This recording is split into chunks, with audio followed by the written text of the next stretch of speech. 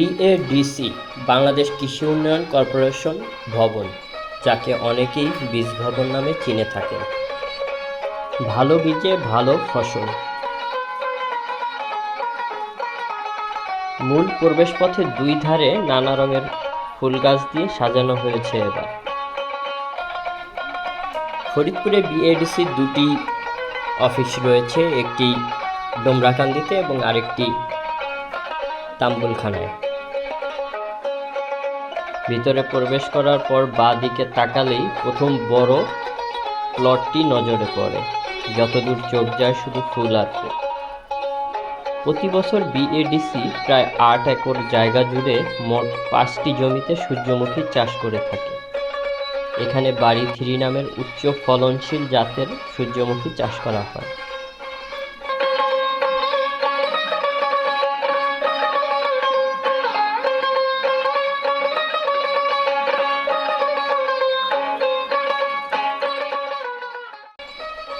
জানুয়ারির শেষ থেকে ফেব্রুয়ারির মাঝামাঝি সময় পর্যন্ত ফরিদপুরের জনগণের ভ্রমণের একমাত্র স্থান হয়ে ওঠে এই জায়গাটি।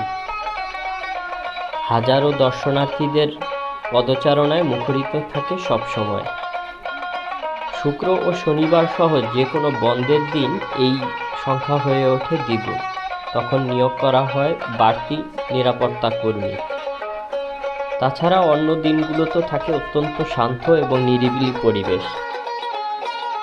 পরিবার নিয়ে সুন্দর সময় কাটানো, ছবি তোলা, মৌমাছিদের ছুটোছুটি দেখা, এগুলো ছোটদের কাছে হয়ে ওঠে এক আকর্ষণীয় বিষয়।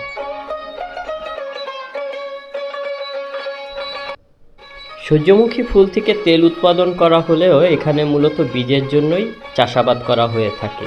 কৃষকদের মাঝে ভালো মানের বীজ বিতরণ করাই এর উদ্দেশ্য। এছাড়া সারা বছর এখানে ডাল জাতীয় শস্যের চাষ হয়ে থাকে। সরিষা, মুগ ডাল, মসুর ডাল ইত্যাদি চাষাবাদ হয়ে থাকে। বীজ উৎপাদন কেন্দ্রের সূর্যমুখী বাগানটা অধিক জনপ্রিয়তা লাভ করেছে। এরা বাড়ি 3 নামের যে প্রজাতিটির চাষাবাদ করে এটি অনেক উন্নত। আমরা অন্য অন্য স্থানে যে সূর্যমুখী বাগান দেখেছি তার ফুল অনেক ছোট এবং গাছও ছোট, কিন্তু এখানে চাষ করা যে সূর্যমুখী বাগান বা গাছগুলো সেগুলো অনেক বড় এবং ফুলগুলোও অনেক বড় হয়। বীজের মানও অনেক উন্নত এবং এখানের পরিবেশ অত্যন্ত নিরিবিলি। এই স্থানে প্রতি বছর অনেক মৌবাক্স স্থাপন করা হয়। ফুল থেকে আনা মধু হালকা প্রক্রিয়াজাত করে এখানেই দর্শনার্থীদের মাঝে বিক্রি করা হয়। এবছর মৌবাক্সের সংখ্যা খুবই কম। জানতে পেরেছি যে এখানে আসার পথে একটি সড়ক দুর্ঘটনায় তারা মারাত্মকভাবে আহত হয়েছিল এবং এখানে যে প্রক্রিয়া ঘরটি রয়েছে সেটিও এবার নেই।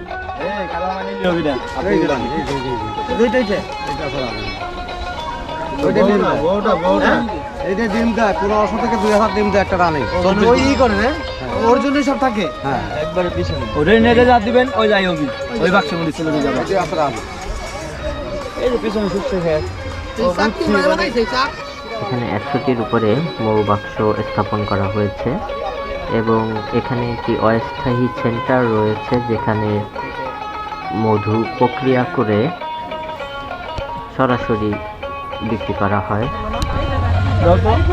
এই যে এখানকার মধু দেখেন, আপনারা সবাই দেখেন, একদম খাঁটি মধু। কত করে? 500 টাকা করে কেজি। ঠিক আছে, দেন আমাদের মতো।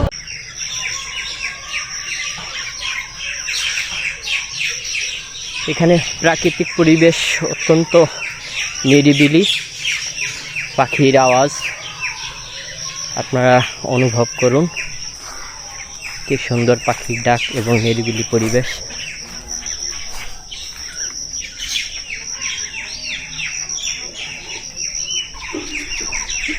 এখানে রয়েছে বেশ কয়েকটি বীজ সংরক্ষণাগার।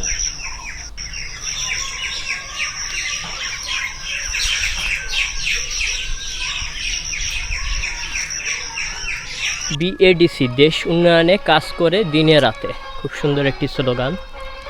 আমাদের জীবন ধারণের জন্য যে ফসল দরকার সেই ফসলের সুন্দর ও সুস্থ বীজ উৎপাদনে এরা গুরুত্বপূর্ণ ভূমিকা পালন করে থাকে। এই যে শেডগুলো, এগুলোতে বীজ সংরক্ষণ করা হয়।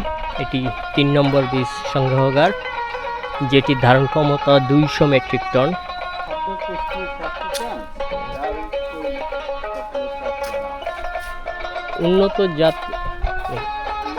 উন্নত জাতের ডাল ও তৈল বীজ চাষ করবে মোদের অভাব নাশ। এটি 2 নম্বর বীজ সংগ্রহগার। প্রত্যেকটির ধারণ ক্ষমতা 200 মেট্রিক টন। এখানে বেশ কয়েকটি শেড রয়েছে। খাদ্য পুষ্টি স্বাস্থ্য চান, ডাল ও তৈল ফসলের চাষ বাড়ান।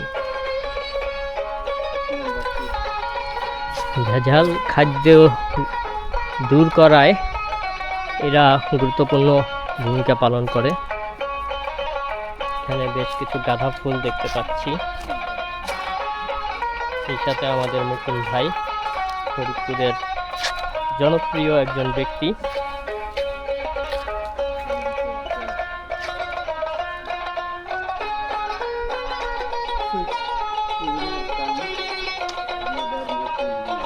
এটি মেশিন রুম, এখানে শস্য পরিষ্কার করা হয়।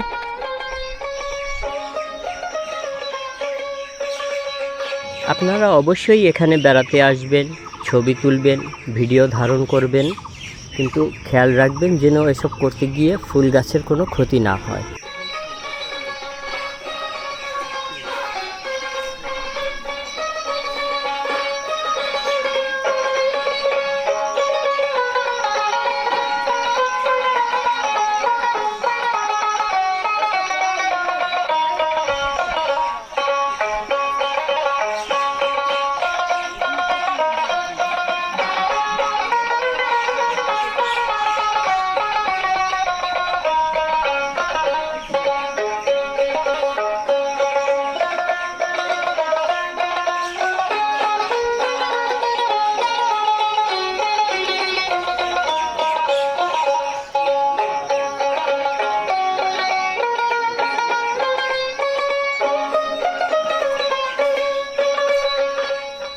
কিভাবে আসবেন?